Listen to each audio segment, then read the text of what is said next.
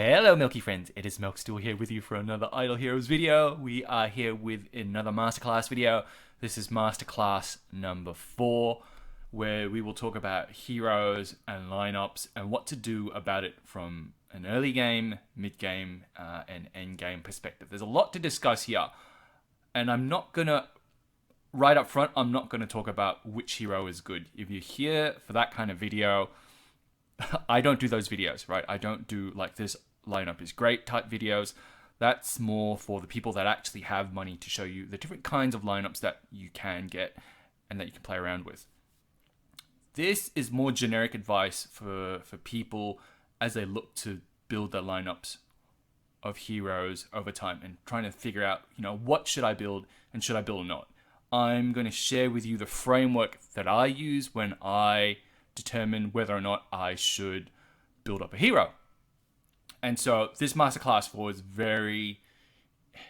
it's probably going to be the best advice that I'm going to give out of an entire masterclass series, simply because this question gets asked so many times, and frankly I'm surprised by how many people ask it, right? So let's start from the start.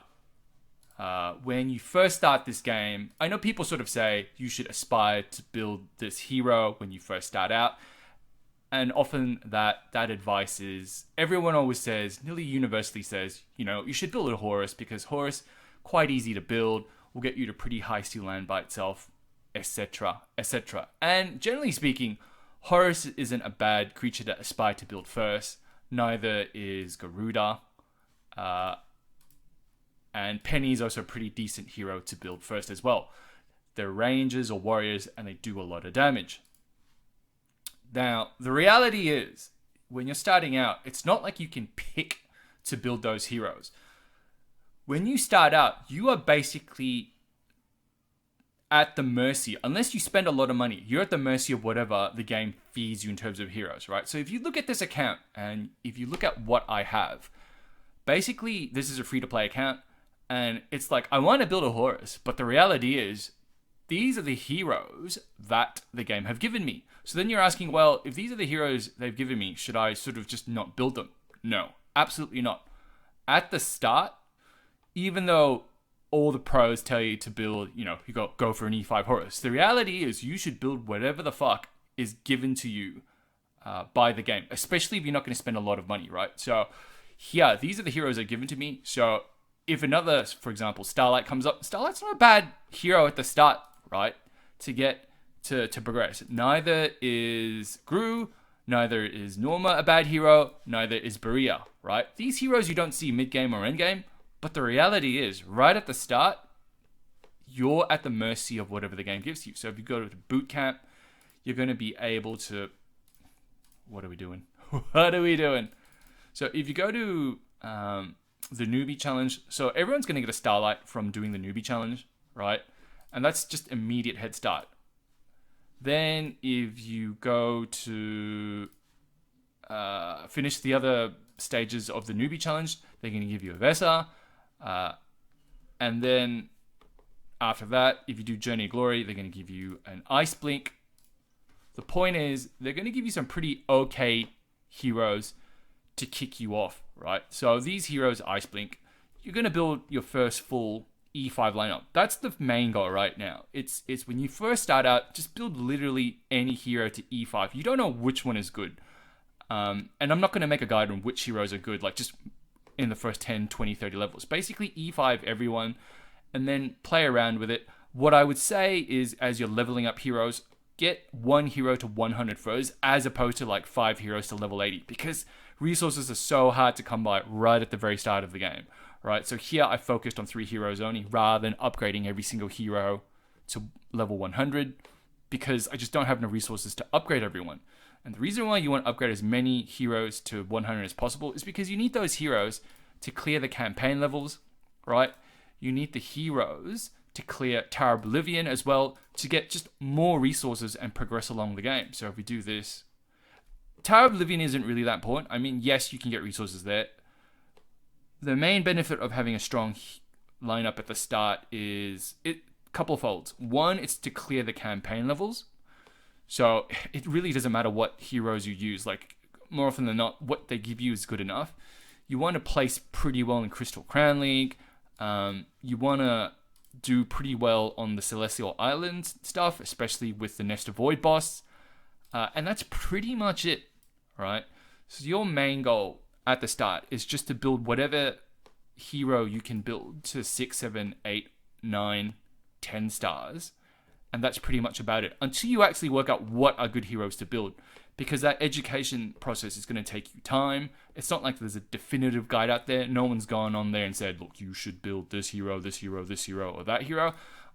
There might be some guides out there for to help early game players, to help guide them in terms of heroes, but you're going to have to search for that. So in between getting your education, if you get 2 copies of hero and you're given the opportunity to 6-star hero, absolutely do it. You can take a hero and get them to 10-star with no regrets early in the game.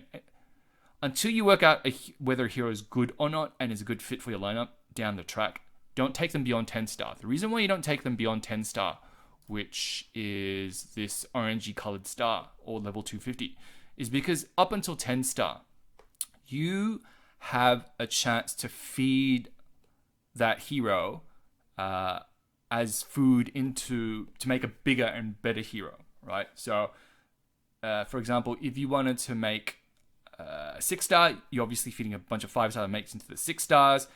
But then to go from 9-star to 10-star, you need to feed a 9-star hero. And then 10-star heroes are fed into E2 heroes, E3 heroes, E4 heroes to make them the next level up. And so that's why if you take it beyond 10-star, you can no longer feed off that hero if you find out that he's useless. That's why you don't take it beyond a hero beyond 10 stars until you actually work out what the hell's going on, right? And so that's my advice for early game players. Focus on a few heroes to level up very early on. When you get 2 copies of hero and you can 6-star them, just do it straight away.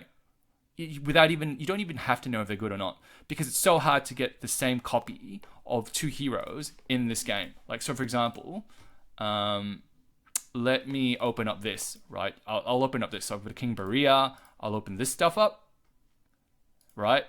And let's see how many duplicate copies I get. I got a Rogan. Oh, damn it. I got an Asmodel. So if we look at my bag, right? And where do I have duplicate copies? I have a duplicate copy here, Field, right? Field isn't that great a hero, but what other choice do I have in terms of progressing, right? Because at some point you're going to hit a limit with your 6 level 100 heroes. You're going to hit a limit on Tower of Oblivion, and you're going to hit a limit on campaign. And that's where you need to build even higher level heroes. And to build higher level heroes, you need to get multiple copies of that hero, right? So right at the start, whatever you have multiple copies of, I suggest you just build it up. Build it to 6-star at the very least, because then that gives you a lot of optionality in terms of feeding off that 6-star into a bigger hero to get more food, to get food to feed into another hero that you want to progress to 9, 10 stars, E1, E2, E3.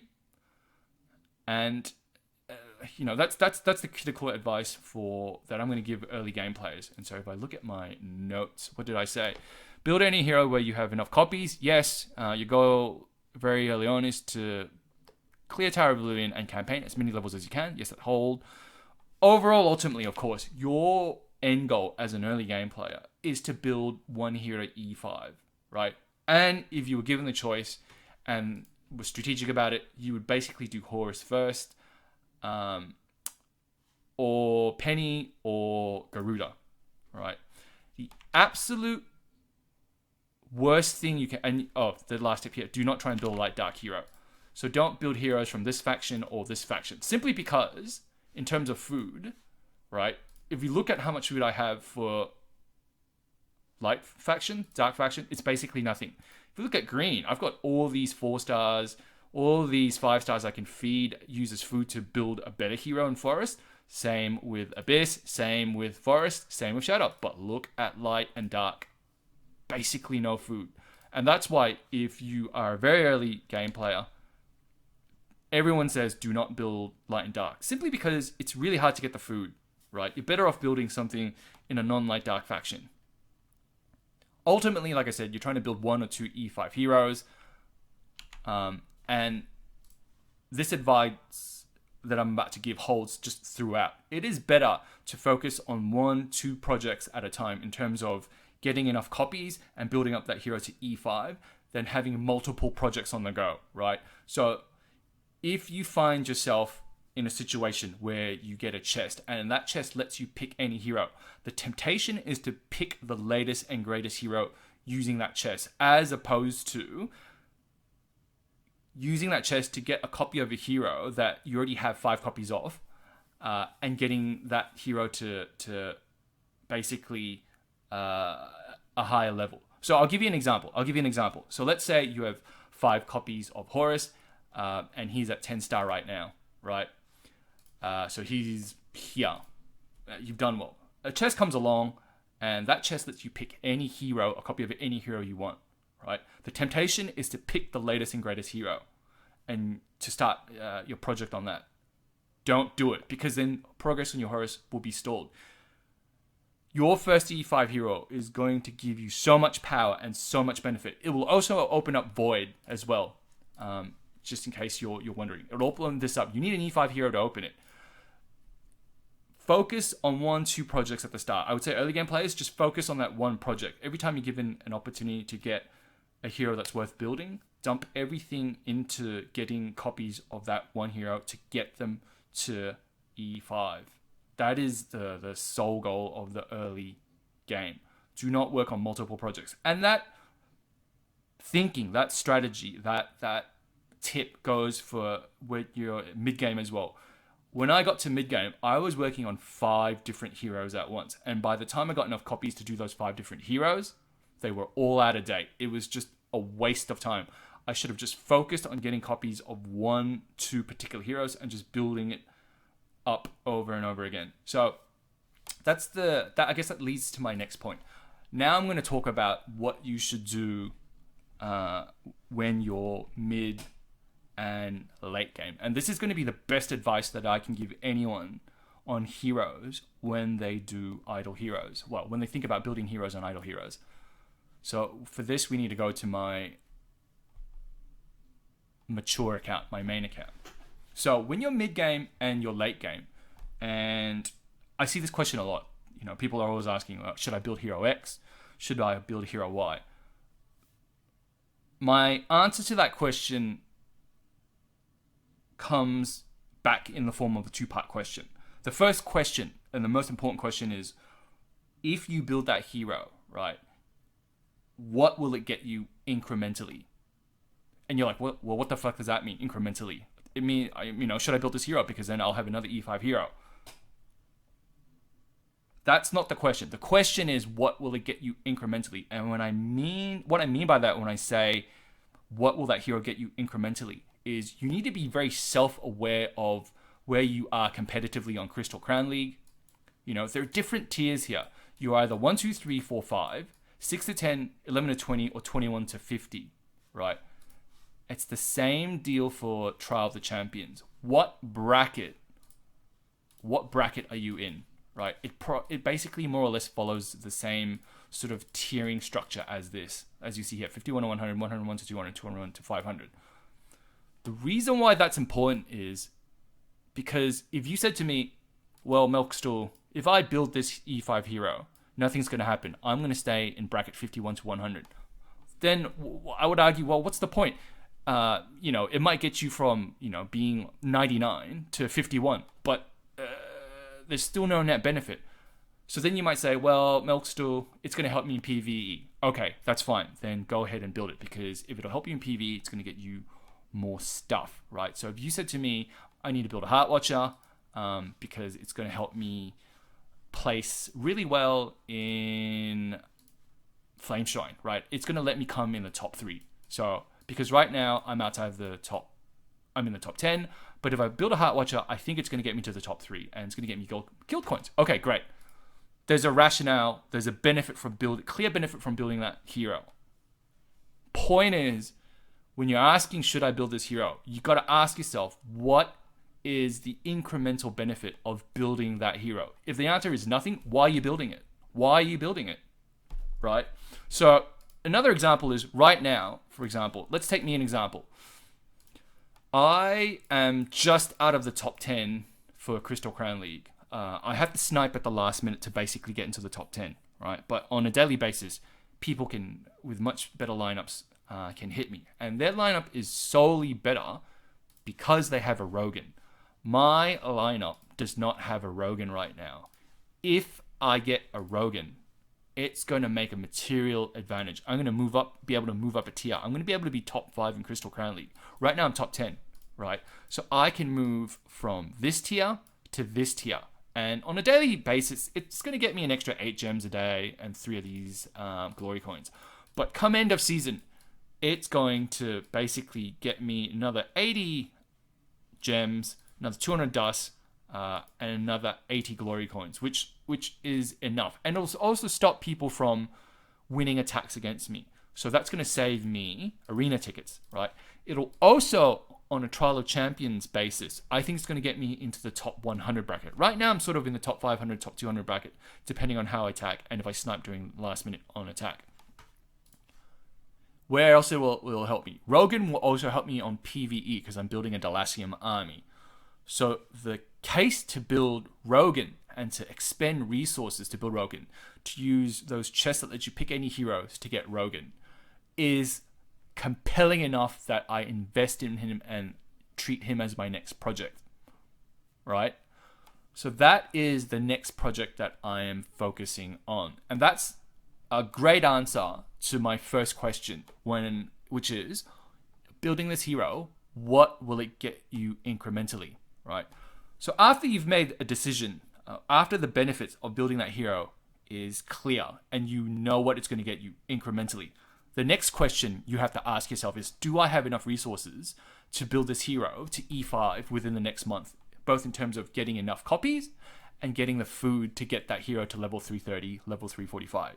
Because if your answer is, well, no, Melkstool, it's a 6-month project, I am going to use resources along the way, and I am going to, I'll probably get enough copies in 6 months, right? Big mistake.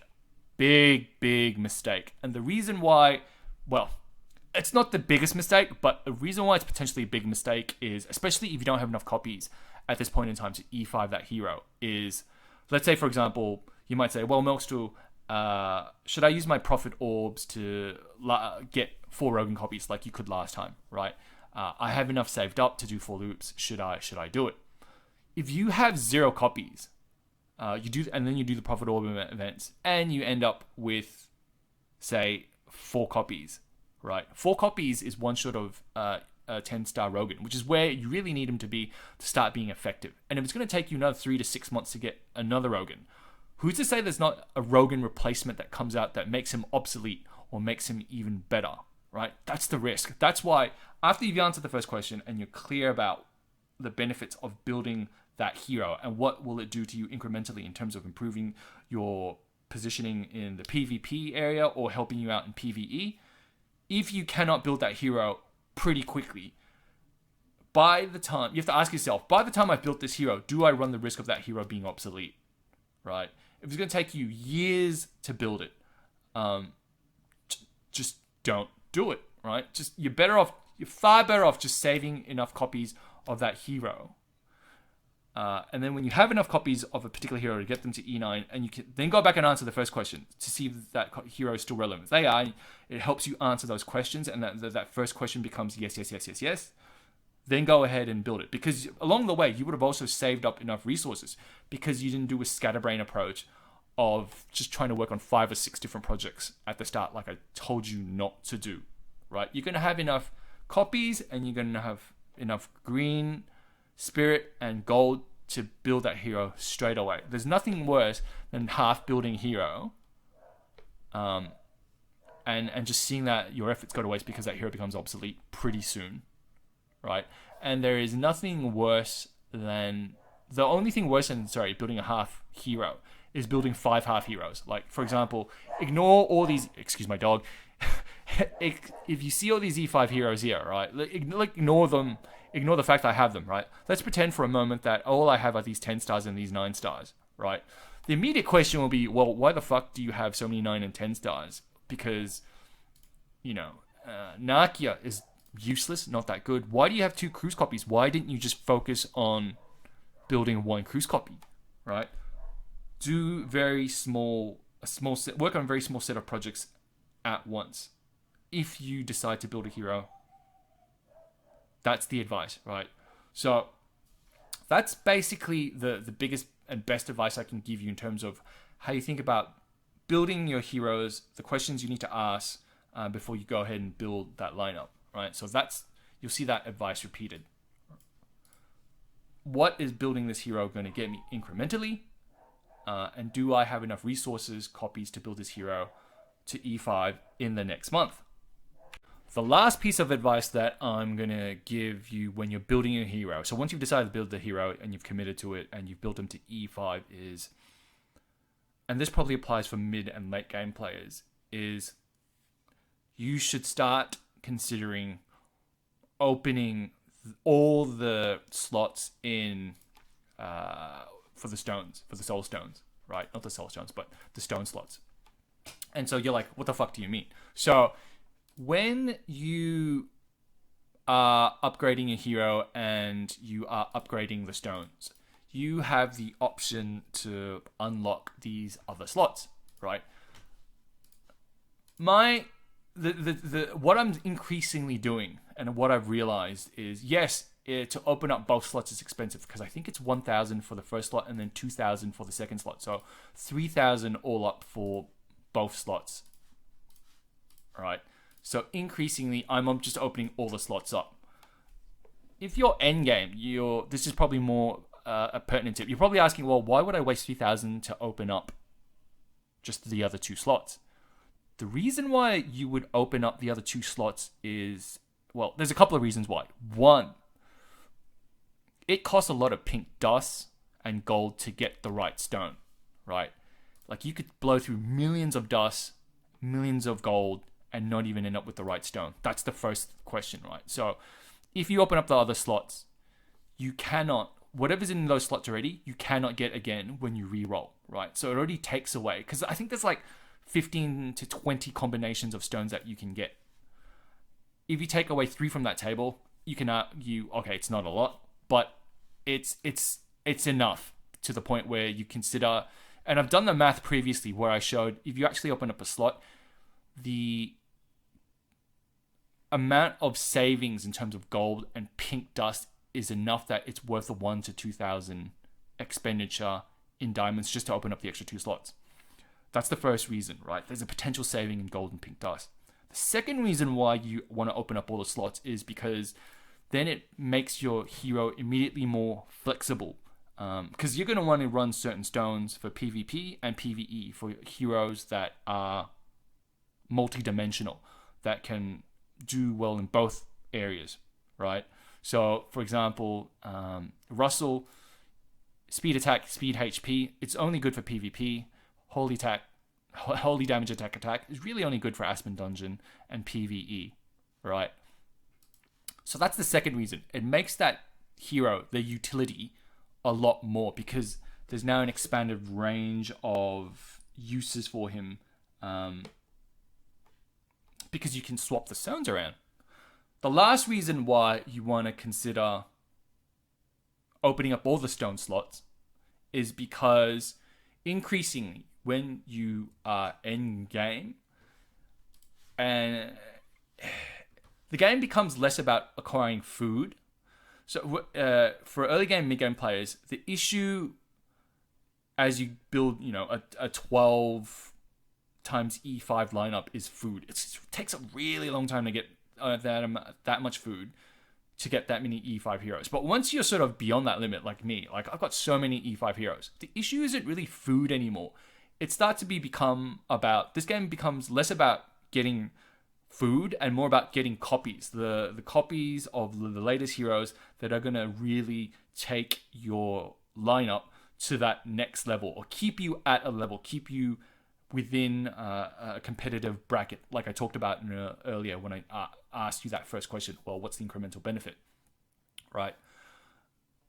So the late game players, it's more about getting copies. And if you sort of understand what I mean when I say it's more about copies than it is food, then increasingly it's more about replacing heroes and not regressing heroes. You do not want to regress heroes. If you regress heroes, you lose all that hard work of putting all the gold and pink dust into getting the right stones, right? And you might argue, well, Melk, so that's okay because new hero, they're going to be different stones that apply to that new hero. No. There are just a certain number of stones that are equally applicable to just basically every hero. Well, not applicable to every hero, but you see on a lot of heroes, right? That are just applicable. Like speed HP.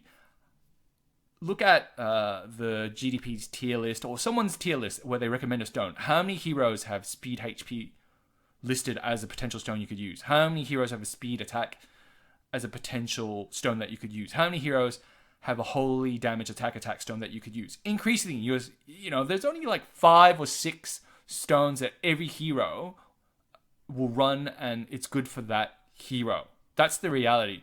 And going forward, I don't see them changing that. That's the reality of the game. Like precision, holy damage, some fucked up combination of stone. That's never ever going to be relevant, right? But speed HP, more often than not, that's going to be relevant on a lot of heroes. And if it's already rolled and existing in one of your slots on a hero, when Russell gets out of date, all I have to do is replace Russell, and I will have all 1 or 2 of the right stones in place, hopefully, right?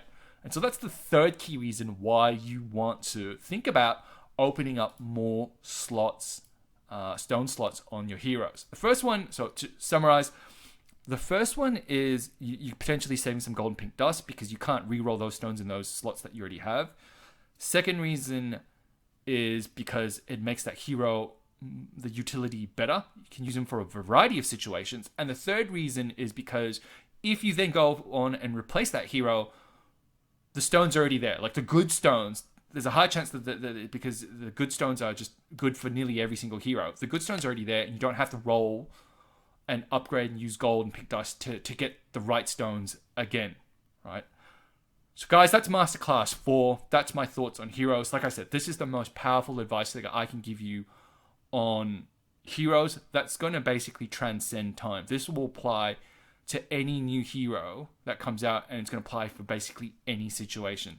Hope you found that useful. Thanks for watching. See you at the next Masterclass.